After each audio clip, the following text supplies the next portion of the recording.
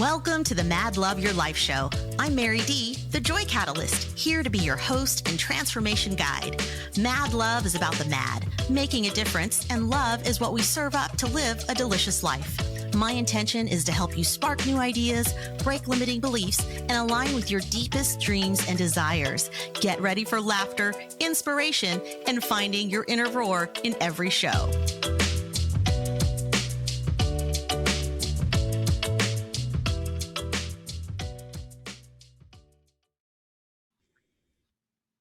Hi, welcome back to the show. It is exciting to be back in the studio, and I have an extraordinary guest for you today, as always. But this very special guest is also a super dear friend of mine. And this is what I like to say. I like to brag on my friends because I have the most eclectic, incredible, entrepreneurial, open-hearted, soul-nourishing friends on the planet. And Dr. Nikki is definitely one of those people. If you don't know her, she is someone you definitely want to get to know, and you're going to get an opportunity for that today. Dr. Nikki, she has a PhD in holistic health and nutrition and a master's in sustainability. When is the last time y'all met someone who has a master's in sustainability? All from Harvard. And she is most passionate about elevating consciousness and respect for our shared environment. She is passionate about exploring technologies that automate conscious behavior. And on her podcast, which is called Legends with Dr. Nikki, she extracts golden nuggets of wisdom from brilliant minds in order to elevate how we operate. And lastly, Dr. Nikki is a master connector. She thoroughly enjoys connecting innovators with impact-driven investors so that they can get the resources they need to make a positive impact. And with that, Dr. Nikki, thanks for being here today. Thank you for being on the show. I'm so excited to interview you today. It's a blessing to be introduced as one of your dear friends. You're a magical human, and it's really an honor to be a friend of yours. Oh, thank you. Thank you. So let's dive right in and tell me, what do you know now that you wish you had known before you ever got started in the world of sustainability and holistic nutrition? Oh, great question. I think I didn't realize the personal journey I had to go on to get myself to a place where I felt empowered enough to make a difference. Mm. Yeah, I've always kind of known that I'm supposed to make a bigger impact, right? I'm here for a reason. I've been given so many blessings and gifts along the way. And I knew that they were all to be channeled to be in a real service, right? Mhm. But what I didn't realize is how much, first of all, I had to excavate from my body. And that's what a physical disease like diabetes came in to show me, is that how far off track I was, to then get myself back on track to have the power and the self-confidence and everything it takes to really stand up, speak my truth, and make the impact that I know I'm here to make. I love that. I love that. Yeah, I feel like life does give us little shakeups or little reminders, like nudges. I call them nudges from the universe to help us get back on our path if we've veered from the path at all. And that's where so much of this comes into play. I'm so curious though, because one of the things that I hear you saying is something that I think is something that so many people are walking around saying to themselves, which is, what is my purpose? Or they know that they have a calling for something bigger, but they don't know what the bigger is. And I had someone use the word purpose path, and I thought, ooh, what a beautiful word, because it's true that like there is a path that we walk and that can shift and change. We take forks in the road. And can we just be in a place of knowing that we are either already preparing for the purpose, or that we are just living, breathing, existing our purpose on a day-to-day basis? I think so many times people get caught up in like the story of what it needs to be. And I'll give you mine, because as a kid, I 100% had this story, because I went to a really religious church, and these gangbangers would walk in and they would talk about how they are reformed from their life of crime and violence, and now that's their testimony, that and that's how they would invite people to church and how people would show up and be awed because it was a big story, right? They had this big hero's journey where they turn their life around. And I remember being a teenager and thinking to myself, well, I don't have a story like that. There's no, I've not been violent. I haven't, really been in much trouble as a kid. Like going through my own mind of like, oh, well, what's my story? My life's kind of boring. Am I doing what I need to do? And it's, of course, as I got older and in reflection, I can look back and go, oh, actually, everything I went through was preparing me for even today where I am now and where I've been in this really beautiful way, because they were all lessons in observation and perspective and leadership and being able to like comprehend like, oh, how what a beautiful thing for people to have a pivot, and then to get old enough to go, oh, like part of just who we be is such a big part of our purpose. And it doesn't have to be some big lofty thing. We don't have to be Moses who goes up on the mountain and brings back the 10 commandments. Like we don't it doesn't have to be it doesn't have to be that way. But sometimes it is. Maybe we are someone who innovates something and changes the world. So I just think it's really interesting on how we perceive or how we want to define what that looks like. But often when we start to look back and connect the dots, we can really see. I think of just you as the beautiful human that you are. You have such a light, and you're always giving. Like you're just a beautiful giver, and part of how you give is through connection. And I think that's a really, really, it's a gift, right? But if you weren't who you are, if you didn't show up as this friendly person who's really open and always looking to see like, oh, how can I, oh, she does A and he does B and they actually need each other, let me connect them. Like if that wasn't how you thought, then you could be far out of your purpose. But really just being who you are is such a service. It's such a service to humanity. So acknowledgement for you and a thank you, but also just kind of an opportunity for the listeners today to sit and go, oh, like, if they're in the mommy stage of their life, then maybe this is a great time to be a great mom, or it's a great time to be a great dad, because this is the phase of life. And that's really where so much of the purpose is derived from. And then maybe the kids will graduate one day, and it's not that you're going to stop being a good parent, but it's just that your time and energy flow is probably going to shift a little bit. And so now, is it in something philanthropic? Is it in something sustainable? Like, what are those things? And so I think that's, an important point to bring up for folks. When it comes to your story around diabetes, share some more of that with me, Dr. Nikki, because I feel like a lot of people struggle with diabetes. I've got a stepdad who has diabetes. He's had it for a long time. I've watched him do insulin shots for a lot of years.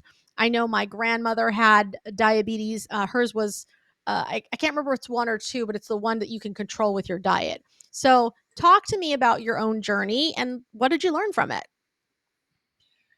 Yeah, oh, you hit on so many important points. Right before I get to diabetes, I'll share. I just worked with Ron Lynch, who charges $1 million to work with him, supported me for free.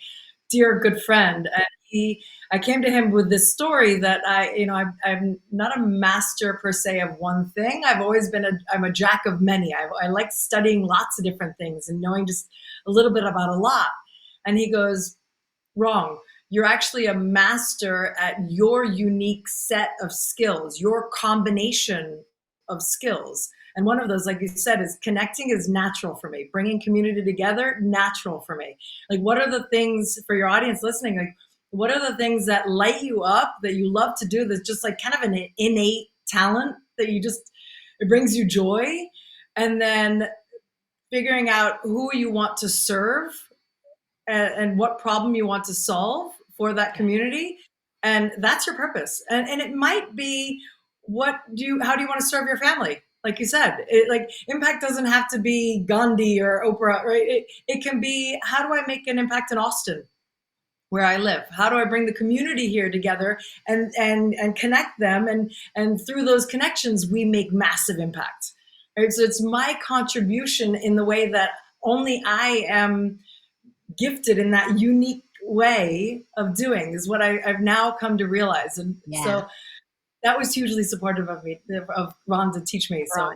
So Yeah. yeah, that. Ron's amazing. Yeah. Ron is amazing. Yeah. For those of you, if you don't know Ron Lynch, he's the master behind so many of like I think it's GoPro and some of the other big brands that have done some amazing marketing. Yeah. Yeah. He's great. He's a good human. He did some philanthropy over COVID that was amazing too, to make sure people got fed and that food got dropped off. And what a beautiful gift. And who better to receive it than you, Dr. Nikki, of course. Amazing. So So good. sweet.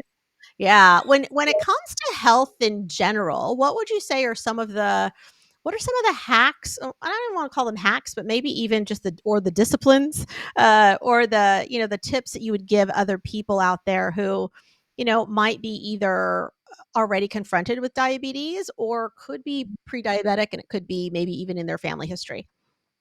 Yeah. My first hack and thing that I absolutely insist upon from my clients is that they first realize that this is a blessing. It's actually their body talking to them in any kind of disease. It can be just weight gain, or you're tired, or Mm, cancer, or any of the big diagnosis. But it doesn't even have to get to a big diagnosis. If you're just not feeling energized, you need that cup of coffee in the afternoon. Your body's talking to you that somewhere you're off track. Maybe it's the nutrition can be dialed in. You focus more on whole plant foods, fruits and vegetables. We've gotten so far away from just eating what comes out of the land, natural, what we're designed to eat, right? I use my hands so much because these things are designed to pick fruits and vegetables, right? You were born with everything you need. We weren't born with a microwave because we don't need that. We need we need our hands, right? So I would dial in the nutrition. I would make sure your sleep is on track. It actually starts good sleep starts in the morning. Huberman mm, has done a great job on doing a lot of this research, but I got to summarize all of that in my podcast. Episode 47 is Sleep Like a Rock with Kyle mm, Lasota, who I and do. yeah, and he studied Huberman and said, like, it starts from the morning. You want to get out in the morning, get some physical activity, get your sunlight in your eye, and Yeah. that sets the melatonin for the evening. And then in the evening, turn all those electricity things off. You should not be looking at blue screens at least an hour before you go to bed, which most of us don't do. Right. The phones have to be outside of the bedroom, right? Turned off, turn to a book, calm your system down, right? Because if you're on TikTok or you're scrolling you're still hitting with dopamine, you're like alarmed. Your nervous system is like Right. firing. Right. So you calm the system down, and then you can go into a really beautiful sleep. And then writing right before you go to bed, making a list of the things you need to do the next day. Sleep and hygiene is incredibly important, because what happens when you haven't slept well? You're You're going to tired. turn Yeah, you wake up the next day and you're exhausted. So what you're going to eat, donuts or sugar, or it's just treats that you don't shouldn't be eating. You'll rely heavily on coffee probably, and your willpower goes down. So when you're in front of something that Mm, you're like, I'm just tired, just give it to me. So super important to give that yes. body. At nighttime you're detoxing.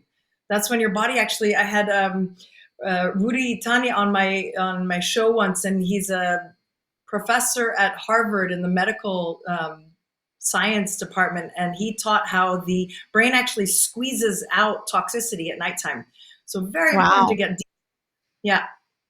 That's uh, amazing. I was literally just walking through Costco with one of my friends, and she's just had COVID a few weeks ago, and she's feeling the post-COVID fatigue and just trying to get back into a groove. And she looked at me and she said, she goes, I'm feeling it. She goes, I'm looking, and she's a vegan, by the way, super healthy, nutritionist, vegan. But she looked at this box of cereal. She goes, I want that box of cornflakes so bad. She's like, I'm not going to do it. She's like, but that's what being tired makes you want to do. You just want to reach for whatever is available and easy. And I'm like, yeah. And cereal boxes make that stuff super easy, but they're usually packed with sugar and all kinds of fillers and all that stuff. And so it was to your point, yeah, yes, it does. It, brings our whole system into a place of confusion, really, because we're letting down our normal guard for those of us that are label readers and maybe much more conscious about our diet being more whole food, it's easy to kind of reach for whatever's available. And unfortunately, most things that are handy and the why they call it fast food is because it's processed and you can reach for it quickly, but it'll also send you on the fast track to bad health. Yeah, and the other major factor is toxicity. We are bombarded with toxins now. Our environment is loaded from the air quality to the water supplies. If you go on ewg.org, there's a tap water database tab on the top right corner, and that you'll be able to put your zip code in there, and it will give you all the contaminants in your reservoir that feeds your county. Mm-hmm. And it is mind blowing. And Austin has 25 contaminants, half Mm. of which are known cancer causing.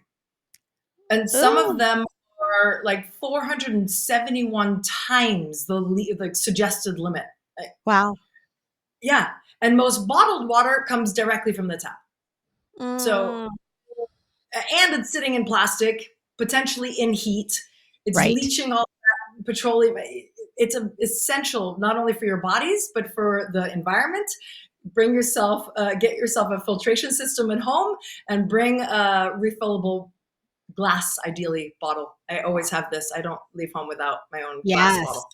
Yes Yeah. and yes. Yes, yes. I learned about glass bottles a long time ago, so definitely anything but plastic really is kind of what it boils down to. And I think more and more information is coming out these days around microplastics, how those are also getting into our oceans, then getting into our fish, and now we're ingesting them, and that those are really, really hard to purge from the system. And just as time goes on, more studies will be done, and I think even more of those effects are going to come out to show us that there's unfortunately a lot of toxins floating around. When I got breast cancer, one of the big items was looking and saying, hey, am I using any products that aren't great for me? Like, what am I using? Like, hair dye, that's definitely a really big one, and they have solutions for it too. But if you don't know it, you just think, oh, I go to the salon, they use whatever they use on my hair and it looks great later, and not knowing that our scalp is just so like sensitive, and it's soaking in all of, its skin, it's soaking it all in, all the junk and the toxicity. And then our skincare products. I once upon a time used to be someone who went to like a Bath and Body Works, or a Victoria's Secret, and would buy their lotions and potions. And oh my gosh, if you look at those ingredients, so much of the time they're super, super toxic. And our liver still has to process all of that, our body, all of that still going in. And most people, I think, take those pieces for granted because there's so many.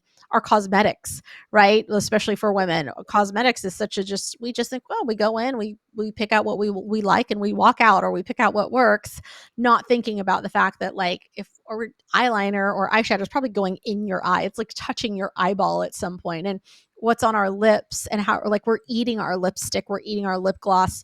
So what are you actually using as, your lipstick or your lip gloss? And I don't know that everyone is quite as conscious about those things, but think about, I mean, most women in makeup it's a daily chore. So if you're putting it on daily, then that means your body is going to have to fight all of that off daily. And I love that there's clean lists out there. My mom has Parkinson's, and she developed that as she got older. And I do really, really feel that, and that's neurological for those of you that aren't aware. And I'm a firm believer it's probably from just years and years of perfume use. Most people don't realize that perfume can be super toxic. And so it's, if you got to use it, you can spray it on your clothes, but I wouldn't put it on your skin.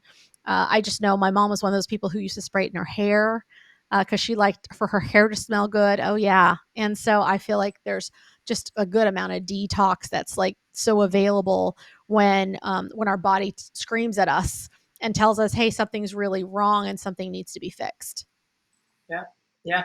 I read once the average woman lathers herself in 170 chemicals a day. So Ooh. if it's going on your skin, it's going in your body. You should be able to eat what goes on your skin. And the Yeah. lipstick average ingredient is petroleum. Most of them use petroleum based oils. And yeah, it's and the hairspray or the perfume. Apparently, Chanel No. 5 was the first perfume to come out with an all synthetic perfume, and from Oh, that wow. moment on, the rest of them, they used to be all oil based, right? Oil essences, oil based, and then they all went synthetic. And you can tell when you go through the airport and you're in that like tube with all the perfumes. It's offensive. Your body's like, oh God, it's overwhelming. Mhm. And It is. yeah, you can tell when it's in that volume, you can tell, but when it's just one spritz, maybe you're not that sensitive. But when you detox your body, you get that sensitive and you realize That's very right. quickly, it's not going to work. That's right. My chiropractor actually did a video on this, and it was around how when he's adjusting people, like what are the worst things that happen.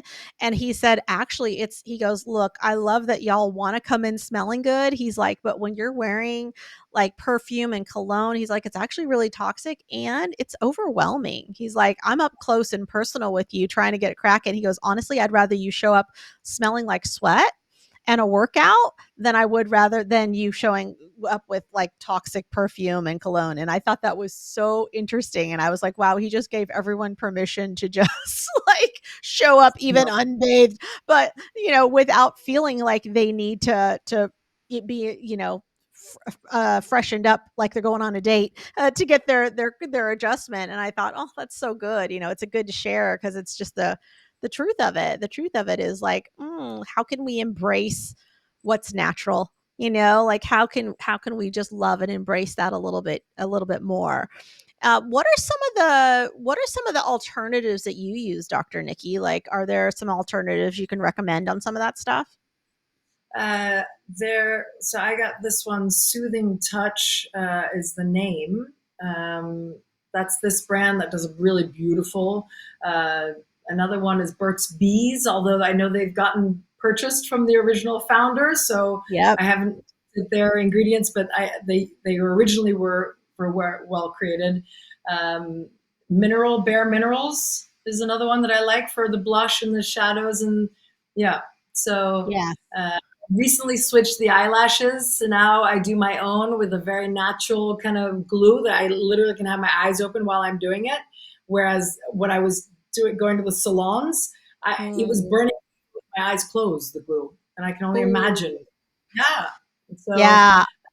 there's so many That's, things we do to try and look pretty. Our nails, I know. that's toxic. Woo. Super toxic. Yeah, it's so funny because I was actually getting a manis and pedis with one of my friends the other day, and she was laughing because I normally don't get a manicure. Like I don't usually like them to manicure my nails. I definitely don't paint them.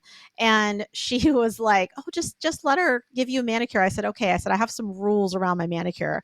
I was like, "You can push the cuticles, you can't cut them. If you file my nails, you have to file them one way because that's when they're uniform, it makes them stronger so that they don't get weak." I was like, and then you're not going to paint them. I said, I actually have it's a like vegan clear coat that I'll do once in a while. I was like, but that's it. And I have super healthy nails. They grow really well. But I was a little like, I have some rules around my, what I need done.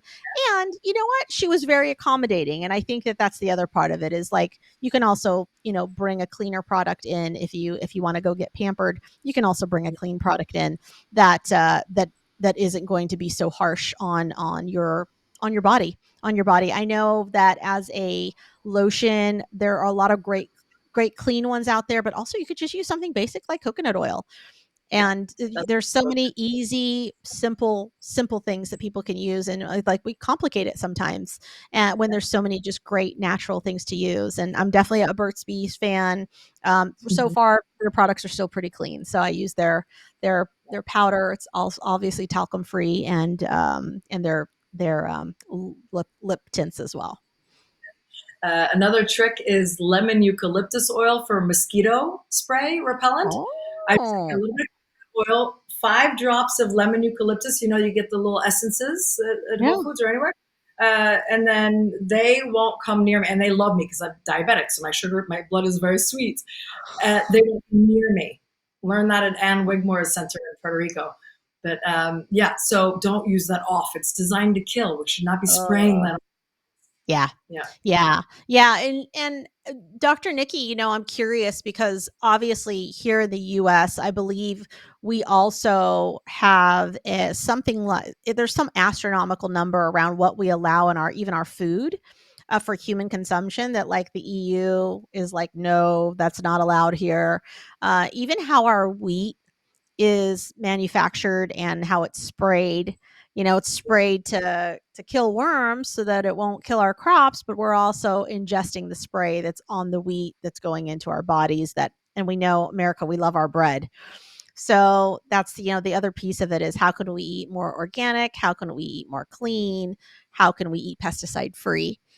Or yeah, at the very least, y'all, I was reading something the other day that was saying how it's really important that no matter what, that you wash your fruits and vegetables, and that no matter what, even an organic might have an organic pesticide that they used. So you really want to make sure that those things get washed really well. I do a baking soda soak for all of my berries and fruits and vegetables. And that's what they get. They get a nice 20-minute soak in some baking soda water, and then they get wiped dry. And number one, it takes any bacteria off of them, as well as any pesticide residue, and makes your berries last longer.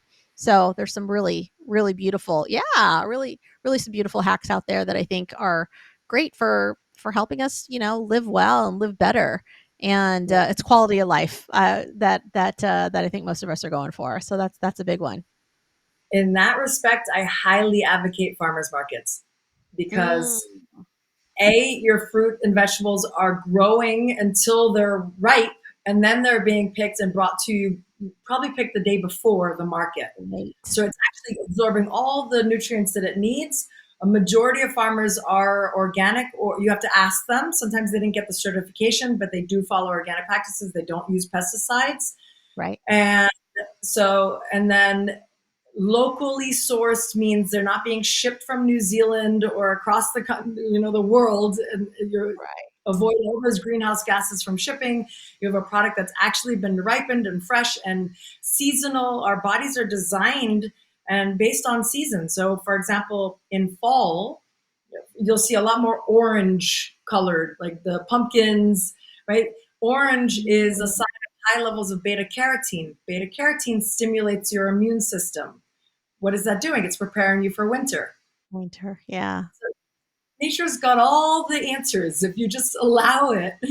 So I highly advocate farmers markets. And one important point about organic is that oftentimes, even if it says organic, but if it's fruit and it crossed the border, it gets sprayed anyway. That's a bummer. Such a Yeah. bummer. I highly advocate support your local farmers. It might be slightly more expensive, but I'm telling you, you can tell a massive difference in quality when if I have a salad from Whole Foods or an organic salad that I got from a farmer's market, the vitality is obvious, is Yes. absolutely obvious.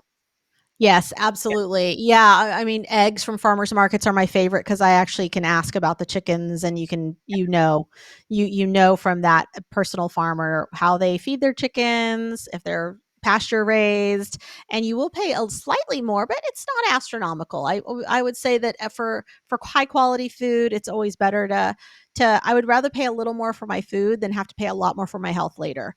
And that's one way to think about it future forward, y'all. So I love Yeah. that. All right. Well, Dr. Nikki, we're going to take a quick break. And when we come back, we are going to continue to dive into more about this is a beautiful conversation around health and wellness. And I know people are loving it. So we'll dive back in. See you guys back in about 2 minutes.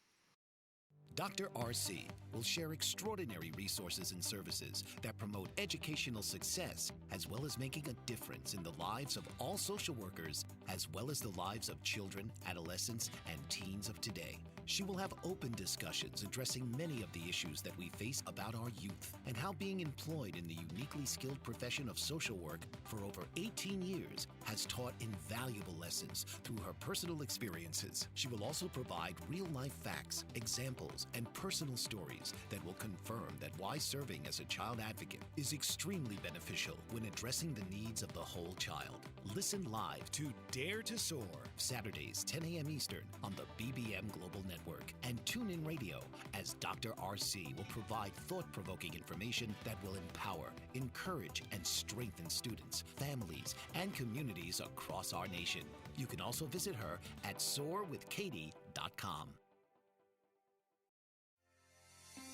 Author, radio show host, and coach John M. Hawkins reveals strategies to help gain perspective, build confidence, find clarity, achieve goals. John M. Hawkins' new book, Coached to Greatness, Unlock Your Full Potential with Limitless Growth, published by iUniverse.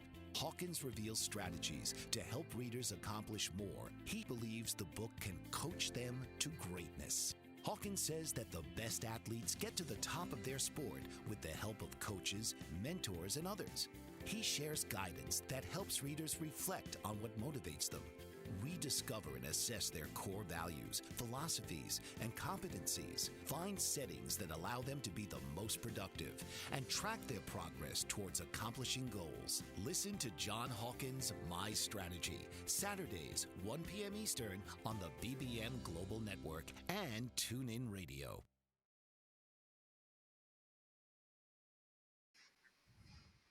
All right. Before the break, we were talking about physical in-body wellness, and I want to talk now about our mental health and wellness, because that obviously plays such a big part in seeing us holistically, right? We're not just our physical body. We have this whole mental emotional connection going on. So Dr. Nikki, talk to me about, what are some things around mindset that you wish that you had known when you were younger? Great question. Thank you. Yeah, I realized later. So when I was diagnosed with type 1 diabetes at 29. That led me down the rabbit hole of getting a PhD in holistic health to try and figure out what the nutrition and lifestyle changes I needed to make. Turns out I needed to eat way less fat than I was actually eating, Oh, wow. along with way less sugar. So both of those needed to come down. But what really impacted my blood sugar control, keeping myself in much better range, was the trigger training, I call it. Well, basically is how I was getting triggered by my mom, by my boss, my friends, by whatever it was. I was having a charged reaction. I was getting very activated, and that led to coping mechanisms like sugary food or alcohol or marijuana or something to calm me back down, to numb out that inner critic, which was really what was happening. I was raised by a very loving but very strong, very critical mama, and so I developed my own hypercritic inside. And so I was very hard on myself, and again, that led to coping mechanisms that were intense. And I couldn't fight the cravings for the cookie. I couldn't resist the temptations to calm myself back down, and go to my normal coping mechanisms, until I realized I don't actually have to get that triggered, or I had to actually sit with the triggers and was like, okay, why am I getting upset here? What am I making this mean about me? And what I realized was that I was self-bashing. And then I to turn to a coping mechanism to feel good about myself again, right? And to Yep. numb out inner critic. And so I realized that so much of this work has to do with us really taking a look at what are the triggers, and being really honest with ourselves and being willing to sit there with them. It's not about blocking or resisting or trying to, judge. Or I would just try and bypass and just be like, oh, this happened, so there's got to be a silver lining, and find the spiritual blessing in it, right? No, I had to sit and learn that it's okay to grieve for a moment. It's okay to be sad. It's okay to be angry. Yes. And their child work of like, okay, little Nikki, I know you want to be heard right now. You want to be acknowledged by someone else. Like, you right, like all those things that I felt like I needed in that moment, instead of just pushing her away, I like sat with her, I sat little Nikki on my lap, and I stroked her hair, and I was like, I get it, I want to be seen and heard and Mhm. Yes. appreciated. So diabetes actually supported me in tuning in. So like when I see a blood sugar reading now that's 200 or above, I can now, instead of self-bashing, which is what I did before, which then leads to me wanting cookies, which is even, going to skyrocket my blood sugar even more. I Right. now tune in and I say, okay, what is it that I need in this moment? Maybe it's some deep breaths. Maybe it's a walk in the park. Maybe I need to call a friend. Maybe I need to just sit and be with this emotion for a minute and feel into it. And it's amazing what happens when you give space and allowance for the anger, for the grief, for the sadness. It dissipates. It's like a little kid that's like, mommy, mommy, mommy, and you don't listen to her, mommy, mommy, mommy, like it keeps getting louder. Right. Right. If you pay attention for a minute, she satiates. So Yes. Yes, and yes. That's such an important distinction for people too, because I think that it's easy to number one, play the blame game, right? Oh, they made me feel this way right. because they're this and that. That's why I am now going to reach for the sugar, or they made me feel bad. Like when we create meaning out of what else, like you said, out of what someone else might show up and do, and then we also don't own where we're the ones feeling what we're feeling right at the end of the day. And so much of that is, what is that story that we're creating, that's creating the feeling, that's creating the action, that's making us want to go reach for a candy bar or a box of donuts or whatever the vice is. And so often also I think that it's sometimes out of the the safety and comfort of food, right? Which is why we call comfort food, right? Because there was something about it, whether it was that was something our, I remember my grandmother used to make these, like, she was like fried fried chicken, mashed potatoes. That was my American grandmother. That was comfort food on that side of the family. Whereas like the Thai side, it's like rice soup, with like ginger and like, bits in it. And so it's so funny because it's such a variation of one from the other of what we all consider, comfort food in that sense. And that so oftentimes people are also trying to rely on willpower, which is not always sustainable. It might be sustainable once or twice, but indefinitely. That they say that willpower is not going to carry you through. It might carry you for a short time, but it's not going to be that defining thing that really helps you sit and process. And I think like you too, Dr. Nikki, I'm also super positive. I always want to find the silver lining. Not much can ruffle me. And what I'll say is that I am always really good about sitting with whatever's coming up, because I think it's really important that we all sit with it. And I think it's a healthy way to process. And I've been fortunate that that's something that I've been able to do as even a young girl. There's a regulation to it. For me, it was journaling. It was very self-regulating to journal, get all my thoughts out on paper, and then be like, whew, okay, it's out. And too oftentimes people are repressing or we're pushing things down. And so that's always a reflection I feel like is good for all of us, which is, am I pushing this down? Or, am I putting something to the side right now? And depending on the situation, that happens too. I remember when I had breast cancer, I was also getting sued by the FTC at the same time. So I was pushing breast cancer off to the side a little bit because I felt like I had a plan. I was working there. Whereas all the FTC stuff was like very up in the air. It's your finances and your reputation. It's so many things that are showing up to confront you. It's like, what do you want to deal with, right? Or our capacity to be resilient in all of these things. Sometimes we have to pick and choose and compartmentalize.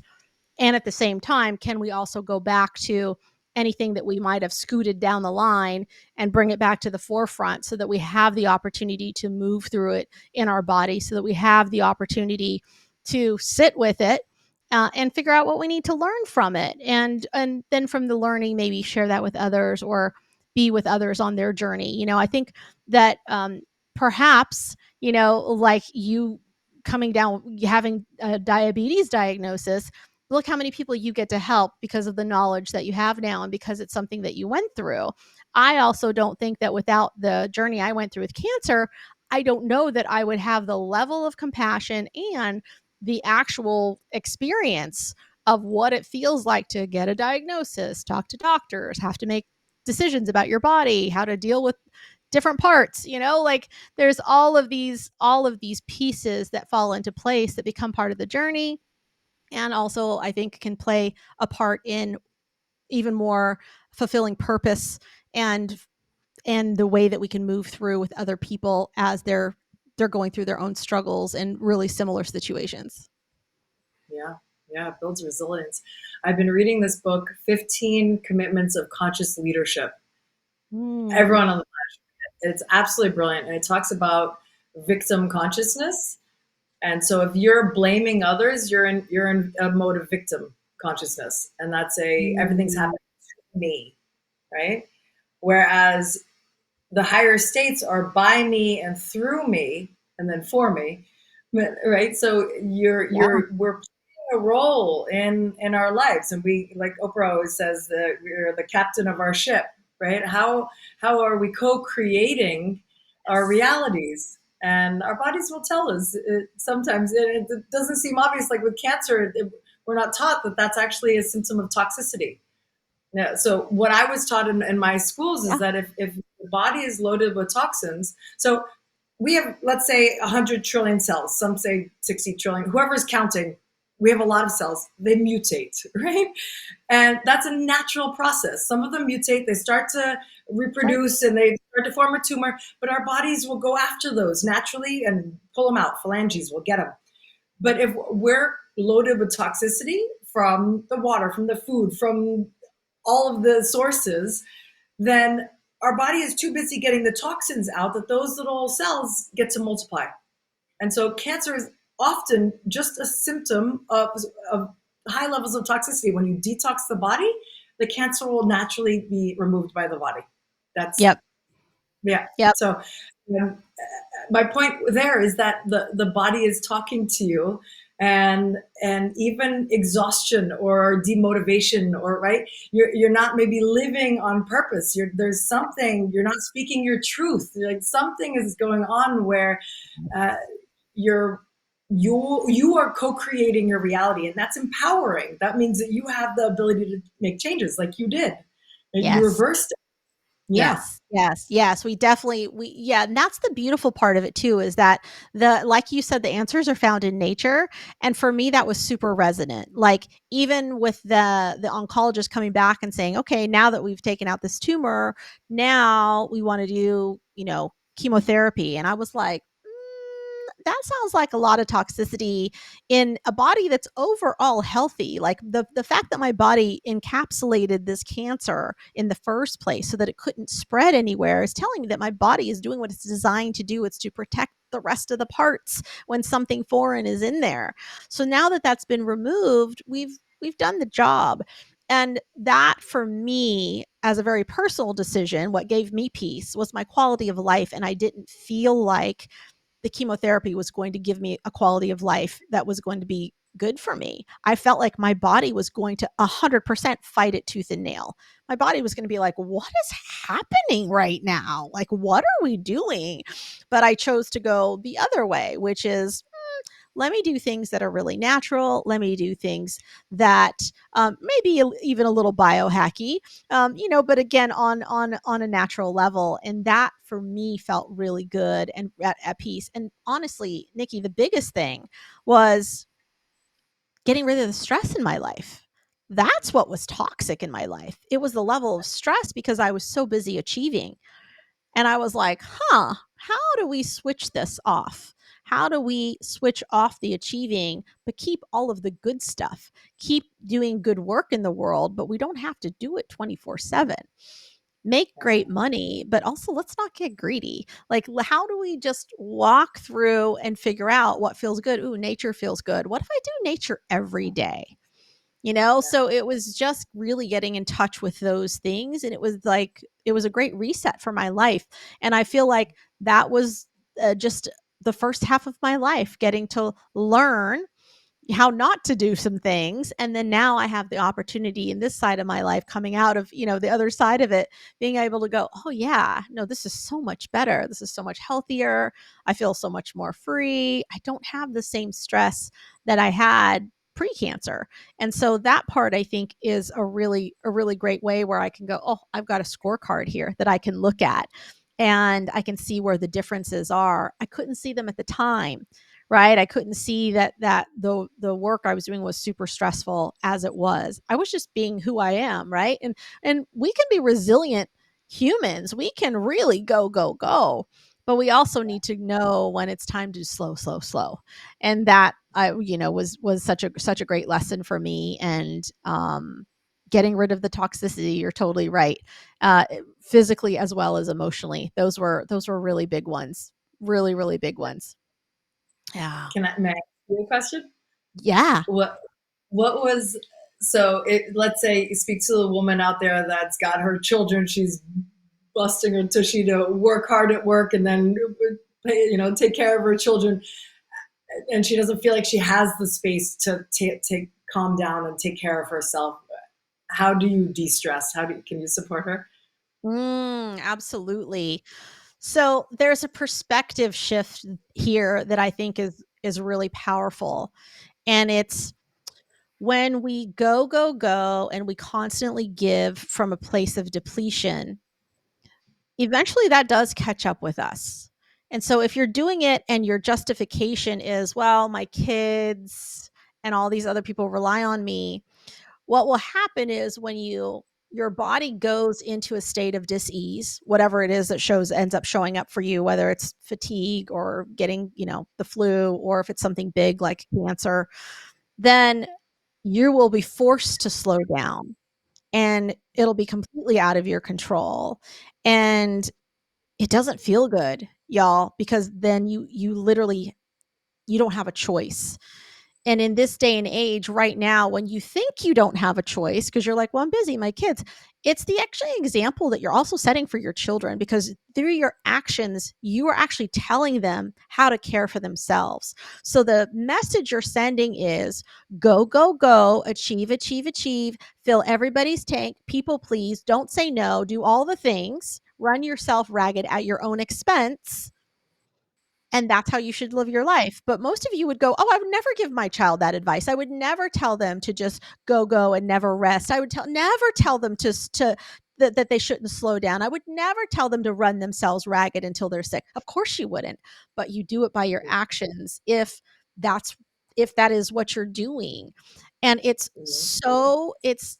less, it costs you so much less to invest in your own mental and physical well-being on a day-to-day, to say no sometimes, to opt out, to take the time that you need away, to take, even if it's that you take a break and it's your 20 minutes of meditation or whatever it is, you're setting the example. So you're doing that for your children. You are showing them how to live. And so what example do you want to be? Because if you can't do it for yourself, do it for your children.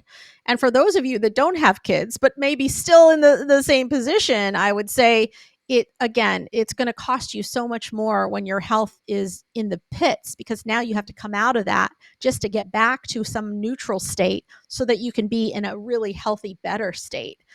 Where it's just so much easier when you make it a daily investment in a lifestyle to just choose to de-stress, choose to let go of those other things, because they creep up on us. And if you look at the statistics around stress, like there's literally so many unknown ailments that people walk into a doctor's office when the doctor can't really give you a diagnosis for, other than like, hey, you need to release the stress in your life.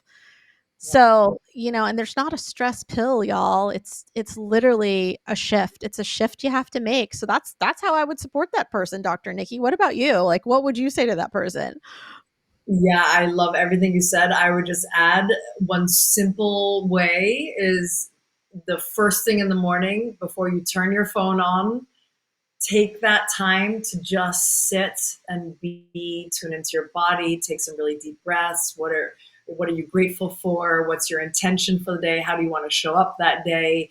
Maybe ask the question, who do you want to serve, or who could serve you, without analytically trying to find the answer, just opening that channel, right, that portal to that invitation, and inviting spirit or angels or whoever you like to communicate with to guide you and support you and give you signs for your direction for the day. It can take 3 minutes. It doesn't have to be this long journey. It doesn't have to be an hour of meditation, right? Right. But giving yourself that moment, as soon as you turn that phone on, the whole world has access to you, and everyone else's problems can become your problems. Yeah. So it's the juiciest time of the day. Don't give it away. That's my advice. Oh, I love that. I love that. So, for all of you listening, obviously you can hear and you've experienced the powerhouse that Dr. Nikki is. If you want to get in touch with her, if you want to keep in touch with her programs, she has a free gift for y'all today, which is a ebook. It's a cookbook, and it's geared towards making sure you don't get diabetes, or that you at least manage it if you have it. And that's going to be below in the show notes and in the comments. Just look there. You're going to find all of the great details and information. If for some reason you don't see it, then I'd say open your eyes. But in case you don't see it, obviously you can also reach out to the team here at Mad Love, and we'll take good care of you. And that's just client care at madloveagency.com, and we'll make sure you get all the goodies. With that, I want to thank you, Dr. Nikki, again for being an amazing guest. We are just coming to the top of our time here. But as a treat, I want you all to know that Dr. Nikki and I are going to sneak over to the YouTube channel, and we're going to record some additional content for you. And it's going to be fun, and it's going to be good. And all of this is so applicable to life and just living your best life, y'all. It's living your best quality of life while you've got it. So this is the promise and the dedication to making sure that you all are able to go about your journey in a beautiful way. So with that, I will say that until next time, may abundance always walk beside you, may joy always go before you, and may love always guide you on your path. Thank you for tuning in to today's show. We air live every Wednesday at 4 p.m. Eastern Standard Time on Bold Brave TV. We hope to see you back next week. For more ways to connect with my guests, content, programs, and retreats, just head over to www.marydee.com and subscribe. That's MARYDEE.com.